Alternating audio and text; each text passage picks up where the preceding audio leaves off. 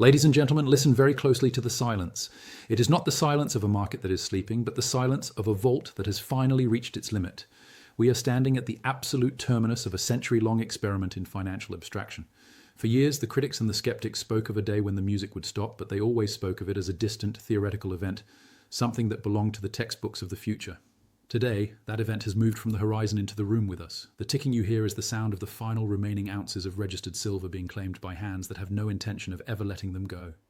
This is the 0 hour. We are witnessing the precise moment where the ledger of paper promises meets the wall of physical reality, and the two can no longer occupy the same space. You were among the few who watched the inventory numbers dwindle while the world remained obsessed with digital digits on a screen. You saw the transition from abundance to scarcity, and then from scarcity to the void. The legacy of the great exchanges, the COMEX, the LBMA, the institutions that define the 20th century, is no longer measured in decades or years, but in the final, frantic hours of a delivery mechanism that has run out of fuel. The clock has stopped because there is nothing left to count. The past was a time of perceived plenty, the present is a hard, cold vacuum.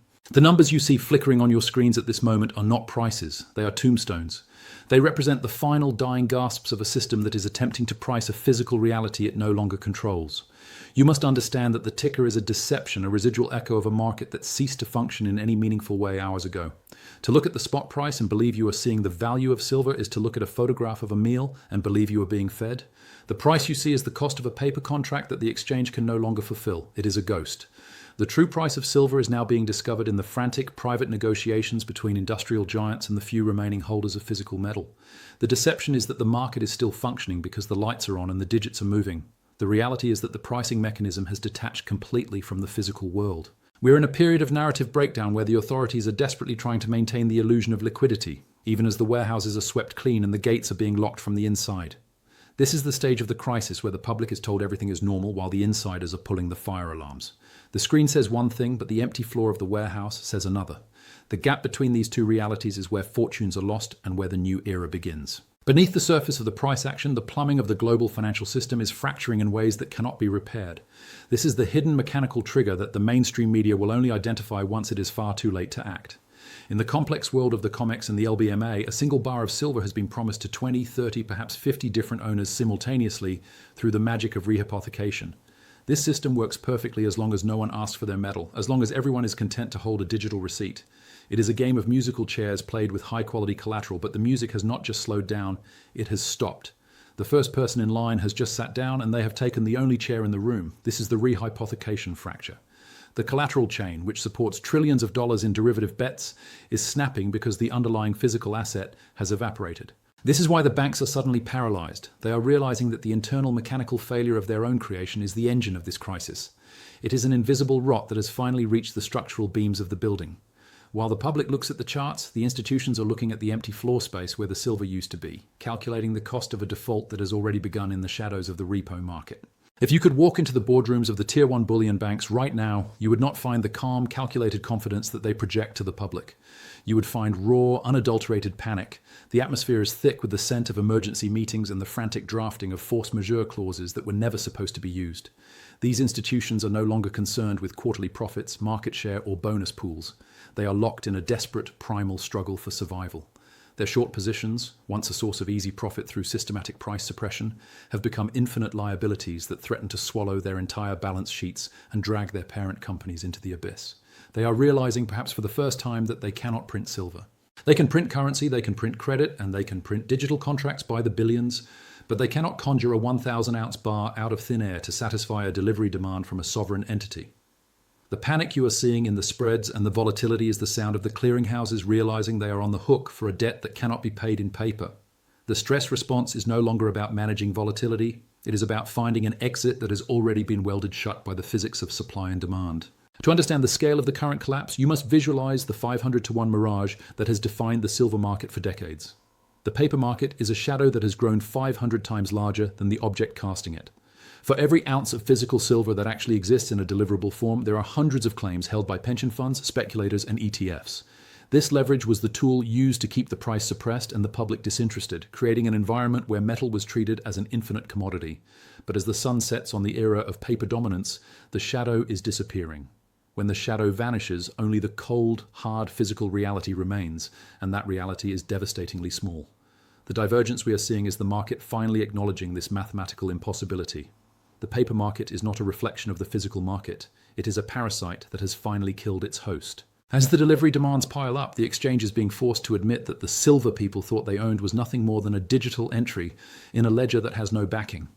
This is the moment of the great decoupling, where the paper price goes to zero and the physical price becomes unquoted because there is none left for sale.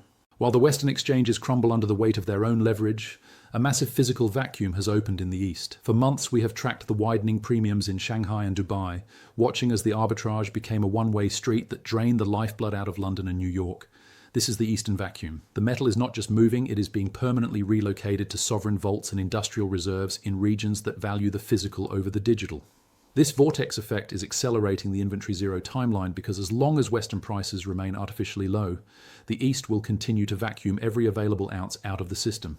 It is a strategic transfer of wealth occurring in real time, facilitated by the very price suppression mechanisms the Western banks use to maintain control. They have effectively subsidized the drain of their own reserves, and now they are looking at empty shelves while the East sits on a mountain of physical certainty. The regional price split is no longer a minor discrepancy. It is a geographical realignment of power. The West is left with the receipts, while the East holds the resources. This shift is permanent, and the past era of Western price discovery is now a relic of history. This is not just a financial crisis, it is an industrial blackout in the making. The end users, the procurement officers for the world's leading semiconductor firms, solar panel manufacturers, and aerospace giants, have suddenly woken up to the fact that their just-in-time delivery models were built on a foundation of sand. They are realizing that without silver, their production lines stop. Their satellites don't fly, their green energy transitions fail, and their high-tech weaponry becomes useless. We are seeing a fundamental shift from market participation to raw resource grabbing. These corporations are beginning to bypass the exchanges entirely, reaching out directly to miners and private holders to secure what little metal remains. They are no longer asking what the price is, they are asking if the metal exists and if it can be delivered tomorrow. When the industrial giants stop trusting the exchange to provide their raw materials, the exchange ceases to have a reason to exist. This is the moment where silver stops being a commodity and starts being a strategic necessity for which there is no substitute. The scramble for physical supply is now a matter of national security, and the industrial panic is the signal that the available supply of silver has officially hit zero. In a final desperate attempt to regain control, we have witnessed what will likely be remembered as the last smash. The bullion banks, sensing the end, launched a massive paper dump, selling more silver in a matter of minutes than is mined in an entire year. In the past, this would have triggered a wave of stop-loss selling and a collapse in sentiment. But today, the machine broke. The smash created no new sellers. Instead, it was met with a literal wall of physical buy orders from sovereign entities and informed individuals who recognized the discount for what it was, a gift. The price was pushed down on the screen, but the physical metal did not move. In fact, the premium for physical delivery actually rose as the spot price fell. This is the definitive signal that the suppression protocol has failed. The banks have lost their price-setting power because they no longer have the metal to back up their threats. The last smash was not a show of strength, it was an admission of total exhaustion. They have fired their last bullet and the target is still standing. The manipulation that once lasted for decades has been neutralized by the simple reality of an empty warehouse. We are now approaching the cinematic peak of this crisis, the structural snap. This is the moment when the COMEX is forced to officially announce cash settlement only for its silver contracts. This is not a technical adjustment. It is a declaration of bankruptcy for the entire pricing system. The exchange is admitting that it has no silver left to give, and that the contracts people held for physical delivery will be settled in depreciating currency at a price the exchange itself determined. This is the total break of the delivery mechanism. The COMEX is no longer a marketplace. It is a casino that has run out of chips and is trying to pay off the winners with IOUs. The legal and systemic implications of this snap are profound. It invalidates the very concept of the silver market as we have known it for over a century. When the exchange can no longer deliver the asset it trades, the trust that holds the financial system together evaporates instantly. The past was a world where a contract was as good as gold or silver. The present is a world where a contract is just a piece of paper in a room where the doors have been locked. We have entered the 72-hour event horizon. This is the final window of time where the exit door remains slightly ajar, though the crowd is already beginning to press against it. The window for moving from paper promises to physical certainty is closing with a speed that will catch the late and reactive majority completely off guard. You can feel the weight of this time pressure. It is a physical presence in the market. The informed have already moved their positions. They have taken delivery, they have moved to private storage, and they have secured their holdings. The people who are waiting for one more dip or confirmation from the media are the ones who will be left holding digital receipts for metal that isn't there. In the next 3 days, the gap between the haves and the have-nots in the silver market will become an unbridgeable chasm. The opportunity to exit the past system is a fleeting privilege that is currently being revoked. Every second that passes without a physical acquisition is a second closer to the moment of permanent exclusion. The event horizon does not care about your intentions, it only cares about your position. This brings us to the sovereign reality. The inventory zero event is not a tragedy and it is not a malfunction. It is a long overdue return to honest accounting and the laws of nature. For decades, the world has lived in a dream state where digital representations of wealth were treated as the wealth itself. That dream is over. We are returning to a world where the only thing that matters is the weight of the metal in your hand and the purity of the silver in your vault. The era of the past, the era of illusion, leverage, and paper manipulation is dead. The era of the physical has arrived. In a world of infinite digital lies and unlimited currency printing, the only truth that remains is the physical atom. Those who understood this early, who remained calm while others were distracted by the noise of the ticker, are the ones who will inherit the new landscape. The vault is empty, the ticker is silent, and the reality of silver is finally being revealed to the world. The transition is complete. The implications of this shift extend far beyond the silver market. It is the first domino in a global revaluation of all hard assets. As the inventory zero reality sets in, the world will realize that the same paper games have been played with gold, with copper, with lithium, and with oil. Silver is simply the first to break because it is the most essential and the most manipulated.